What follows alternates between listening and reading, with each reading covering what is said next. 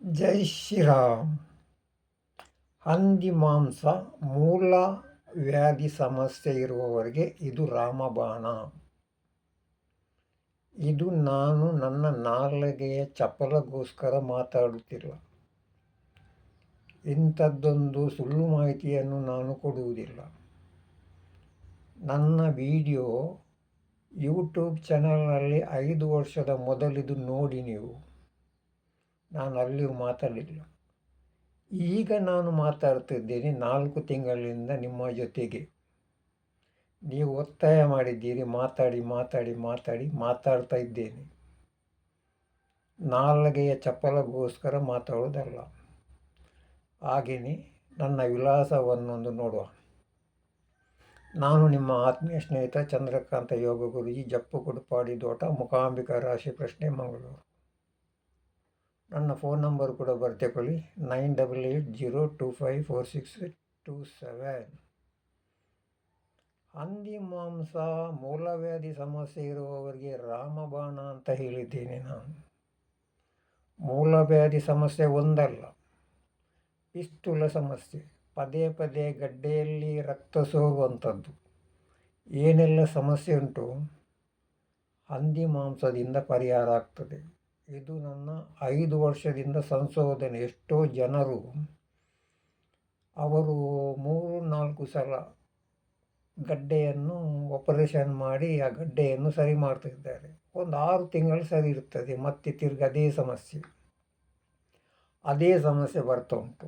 ಒಂದು 5 ವರ್ಷದಿಂದ ಒಬ್ಬರು ಮೂಲವ್ಯಾಧಿ ಸಮಸ್ಯೆಯವರು, ಪಿಸ್ತುಲ ಅಂತ ಹೇಳಿ, ಕೊನೆಗೆ ಗಡ್ಡೆಯನ್ನು ರಿಪೇರಿ ಮಾಡಲಿಕ್ಕೆ ಹೋಗಿ ಕೊನೆಗೆ ಅವರಿಗೆ ಒಳಗಡೆ ಮೋಷನ್ ಡೈರೆಕ್ಟಾಗಿ ಹೋಗುವಂಥ ಪರಿಸ್ಥಿತಿ ಕೂಡ ಬಂತು. ಅಂಥವರಿಗೆ ನಾನು ಕೊಟ್ಟ ಮಾರ್ಗದರ್ಶನ, ಹಂದಿ ಮಾಂಸವನ್ನು ತಿನ್ನಿ ಅಂತ. ಅದು ಕಾಡು ಹಂದಿಯ ಮಾಂಸ ಸಿಕ್ಕಿದರೆ ಒಳ್ಳೆಯದು. ಅದು ಬೇರೆ ಏನು, ಕಚ್ಚಡ ತಿಂತದಷ್ಟೇ, ಗಡ್ಡೆಗೆಣಸು ತಿಂತದಷ್ಟೇ, ಬೇರೆ ಏನಿಲ್ಲ. ಅದನ್ನು ತಿನ್ನುವುದು. ಆದರೆ ಅವರು ಹೇಳಿದರು ಅದು ನಮ್ಮ ದೇವರು ಹಂದಿ. ಹಾಗಾದರೆ ನೀವು ಹಾಗೇನೆ ಸಾಯಿರಿ, ಅದು ಮದ್ದಿನ ರೂಪದಲ್ಲಿ ನೀವು ಅದನ್ನು ತಿನ್ನಿ. ಈಗ ಹಂದಿ ಅದು ಪಂಜುರ್ಲಿ ನಮ್ಮದು ಅಂತ ಹೇಳಿದರೆ, ಪಂಜುರ್ಲಿಗೆ 5 ಹೆಸರು ಉಂಟು. ಅದು ನಿಮಗೆ ಅತಿ ಬುದ್ಧಿವಂತರೆಲ್ಲ ಹೇಳಿಕೊಟ್ಟಿದ್ದಾರೆ, ಅದರ ಬಗ್ಗೆ ನಾನು ಹೇಳಲಿಕ್ಕೆ ಹೋಗುವುದಿಲ್ಲ. ಈಗ ಮತ್ಸ್ಯಾವತಾರ ಅಂತ ಹೇಳುವುದು ನಾವು, ವಿಷ್ಣುವಿನ ಮೊದಲ ಅವತಾರ.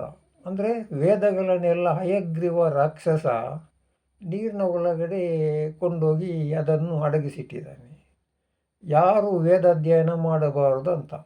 ಅದನ್ನು ತರಲಿಗೋಸ್ಕರ ಪರಮಾತ್ಮ ಮತ್ಸ್ಯಾವತಾರವನ್ನು ತಗೊಂಡಿದ್ದಾರೆ. ನಾವು ಮತ್ಸ್ಯವನ್ನು ಆ ಕೃತಯುಗದಲ್ಲಿ ಆದಂಥದ್ದು ಈಗಲೂ ನಾವು ಮತ್ಸ್ಯವನ್ನು ತಿಂತೇವೆ. ಅತಿ ಹೆಚ್ಚಾಗಿ ನಾವು ವಿಶ್ವದಲ್ಲಿ ಮತ್ಸ್ಯವನ್ನೇ ತಿಂತೇವೆ.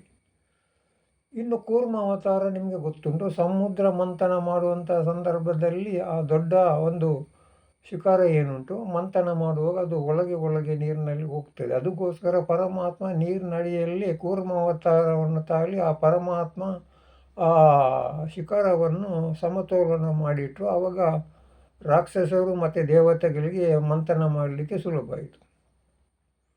ಇನ್ನು ಹಿರಣ್ಯಾಕ್ಷ ಭೂಮಿಯನ್ನೇ ಕೊಂಡೋಗಿ ನೀರಿನಡಿಯಲ್ಲಿಟ್ಟ. ಅದನ್ನು ವಾಪಸ್ ಮೇಲೆ ತರಬೇಕಾದ್ರೆ ಹಂದಿ ಅವತಾರ, ವರಾಹ ಅವತಾರ ತಗೊಂಡು 3ನೇ ಅವತಾರ. ಆದರೆ ಹಂದಿ ಅದು ಕೃತಯುಗದಲ್ಲಿ ಎಷ್ಟೋ ಜನರು ಹಂದಿ ತಿಂದಿದ್ದಾರೆ, ಮೀನು ತಿಂದಿದ್ದಾರೆ, ಕೂರ್ಮ ಆಮೆಯನ್ನು ತಿಂದಿದ್ದಾರೆ, ಈಗಲೂ ತಿಂತಿದ್ದಾರೆ. ಅದನ್ನು ನಿಷೇಧ ಮಾಡಲಿಕ್ಕೆ ನಾವು ಯಾರು? ಅವರವರ ಹೊಟ್ಟೆಗೋಸ್ಕರ, ಅವರವರ ಬದುಕಲಿಗೋಸ್ಕರ ಆಹಾರವನ್ನು ತಿನ್ಬೋದು. ಅದು ಆತ್ಮಕ್ಕೆ ಸಲ್ಲಿಸುವಂಥದ್ದಲ್ಲ. ಆತ್ಮಕ್ಕೆ ನೈವೇದ್ಯ ಏನು? ಸಮಾಧಾನವಾಗಿ ನೀವು ಪ್ರಾಣಾಯಾಮ, ಧ್ಯಾನ ಮತ್ತು ನೀವು ತಿನ್ನುವಂಥ ಆಹಾರ 1-2 ಅಗಲು ಅನ್ನವನ್ನು ಆತ್ಮಕ್ಕೆ ನೈವೇದ್ಯವಾಗಿ ಸಮರ್ಪಿಸಿದ್ದೀರಲ್ವ, ಹಲ್ಲು ಮುಟ್ಟದೆ ಒಳಗೆ ನುಂಗ್ತಿರಲ್ವ, ಅದು ಆತ್ಮಕ್ಕೆ ಸಮರ್ಪಣೆ ಆಗ್ತದೆ. ಮತ್ತು ನೀವು ತಿನ್ನುವಂಥ ಆಹಾರ ಎಲ್ಲವೂ ಕೂಡ ನಮ್ಮ ಹೊಟ್ಟೆಯ ಒಳಗಡೆ ವೈಶ್ವನರ ಅಗ್ನಿ ಇದೆ. ಎಲ್ಲವೂ ತಿಂದದ್ದನ್ನು ಜೀರ್ಣ ಮಾಡಿಕೊಡುವಂಥದ್ದು ಅಗ್ನಿಯಾಗಿದೆ. ಆದ ಕಾರಣ ನಾವು ಹಂದಿ ಮಾಂಸವನ್ನು ತಿಂತೇವೆ, ತೊಂದರೆ ಏನಿಲ್ಲ. ಅದು ದೇವರು, ನಮ್ಮದು ದೈವ ಅಂತ ಹೇಳಿದರೆ ನೀವು ರೋಗದಿಂದ ಅನುಭವಿಸಿ, ತೊಂದರೆ ಏನಿಲ್ಲ. ಮತ್ತು ಅದು ನಮ್ಮ ಬಳಿ ಹೋಗ್ಬೇಕು ಯಾಕೆ? ಯಾಕಂತೇಳಿ ಆಯುರ್ವೇದದಲ್ಲೂ ಕೂಡ ನಂಬರ್ 1 ಮೆಡಿಸಿನ್ ಇದೆ. ನೀವು ಹಣ ಕೊಟ್ಟು ಖರ್ಚು ಮಾಡೋದಿಲ್ಲಲ್ಲ. ಡಾಕ್ಟ್ರೀಗ ಕಲ್ತಿದ್ದಾರೆ, MD ಕಲ್ತಿದ್ದಾರೆ. ಆಯುರ್ವೇದದಲ್ಲಿ ಒಳ್ಳೆ ಒಳ್ಳೆ ಸ್ಪೆಷಲಿಸ್ಟ್ನವರಿದ್ದಾರೆ. ಅಲ್ಲಿಗೆ ಹೋಗುವುದಿಲ್ಲ. ಅಲ್ಲಿ ಆಯುರ್ವೇದದಲ್ಲಿ ಒಳ್ಳೆ ಮದ್ದುಂಟು ಮೂಲವ್ಯಾಧಿಗೆ. ಅದನ್ನು ಮೂಲವ್ಯಾಧಿ ಗಡ್ಡೆ ಅಂತ ಹೇಳಿ ಕೆತ್ತುವಂಥ ಅಗತ್ಯತೆ ಇಲ್ಲ.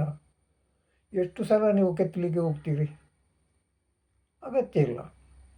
ಹಾಗಾದರೆ ಹಂದಿ ಮಾಂಸವನ್ನು ತಿಂದರೆ ನಿಮಗೆ ದೋಷ ಯಾವುದೂ ಇಲ್ಲ. ಯಾಕೆಂತ ಹೇಳಿ ಹಂದಿ ಮಾಂಸವನ್ನು ಮಾರುವವರು ಯಾರು? ನಾವು ಖರೀದಿ ಮಾಡಿ ನಮ್ಮ ಔಷಧಿಗೋಸ್ಕರ ನಾವು ಅದನ್ನು ತಿನ್ನೋದು. ಅದು ಎಷ್ಟು ಸಲ ತಿನ್ನಬೇಕು?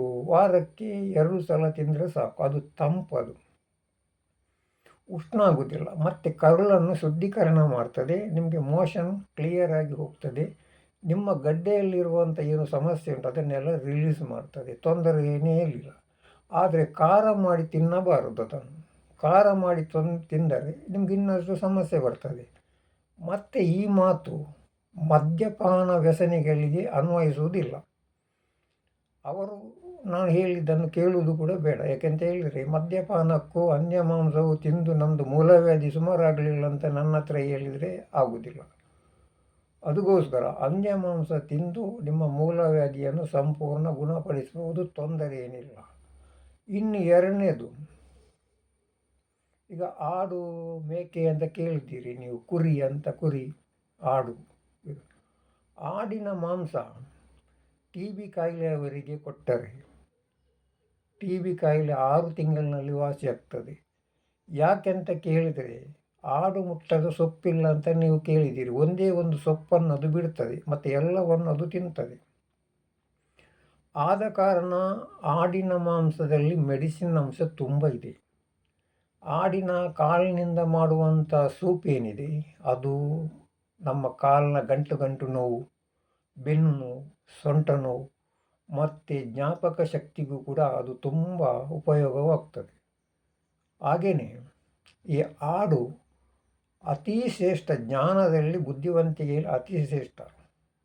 ಕುರಿಗಿಂತ ಆಡು ಶ್ರೇಷ್ಠ. 100 ಕುರಿಗೆ ಒಂದು ಆಡನ್ನು ಮುಂದೆ ಇಟ್ಟರೆ ಆ ಎಲ್ಲ ಕುರಿಗಳಿಗೆ ಅದು ಸಿಗ್ನಲ್ ಕೊಡ್ತದೆ. ಗುರಿ ಇದೆ, ಅಲ್ಲಿ ಹೊಂಡ ಇದೆ, ತೋಡಿದೆ, ದೊಡ್ಡ ನದಿಯ ಬದಿಯಲ್ಲೆಲ್ಲ ಹೋಗುವುದು ಬೇಡ ಅಂತ ಸಿಗ್ನಲ್ ಕೊಡ್ತದೆ, ರಕ್ಷಣೆ ಮಾಡ್ತದೆ. ಅದಕ್ಕೆ ಒಂದು ಆಡನ್ನು ಕುರಿಯ ಹಿಂಡಿನ ಜೊತೆಗೆ ಹಾಕ್ತಾರೆ. ಅದು ಸರಿಯಾಗಿದೆ. ಅದಕ್ಕೋಸ್ಕರ ದಕ್ಷ ಪ್ರಜಾಪತಿಯ ತಲೆಯನ್ನು ಕರೆದು ಅದು ಅಗ್ನಿಗೆ ಹೋಮದ ಕಾರಣ ದಕ್ಷ ಪ್ರಜಾಪತಿಗೆ ಆಡಿನ ತಲೆಯನ್ನು ಜಾಯಿಂಟ್ ಮಾಡಿದ್ದುಂಟು ಶಿವ. ಯಾಕೆಂದರೆ ಮನುಷ್ಯನಿಗಿಂತ ಆಡು ಮೇಲು ಜ್ಞಾನದಲ್ಲಿ ಅಂತ.